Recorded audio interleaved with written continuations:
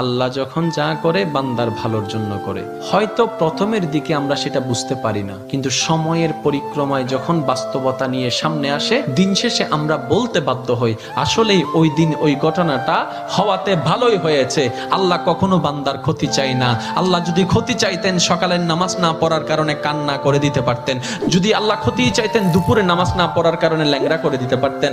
আল্লাহ সেটা চান না। আল্লাহ চাই বান্দার সব সময় ভালো। আর মা তো দেখেন জন্ম দেওয়ার কারণে সন্তানের তো অপরাধ করার পরও মা সন্তানের প্রতি কতই ভালোবাসা, কতই মায়া। বাবার কাছ থেকে সন্তানের পিঠকে বাঁচাই ফেলছে, এরকম হাজারো মা আছে ওই মায়ের জন্য। কিন্তু আল্লাহ পাক রব্বুল আলামিন বান্দার উপর কতটুক ভালোবাসে দিয়েছেন সেটা আমরা বান্দারা বুঝতে পারি নাই বলে শয়তানের ফাঁদে বারবার পা দিয়ে আটকাই যাচ্ছি। মনে রাখবেন, মনের মধ্যে কথাটা বসাই ফেলবেন, আল্লাহ যখন যা করে বান্দার ভালোর জন্যই করে।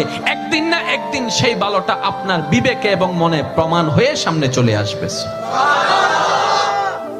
আমি বুঝাতে চাই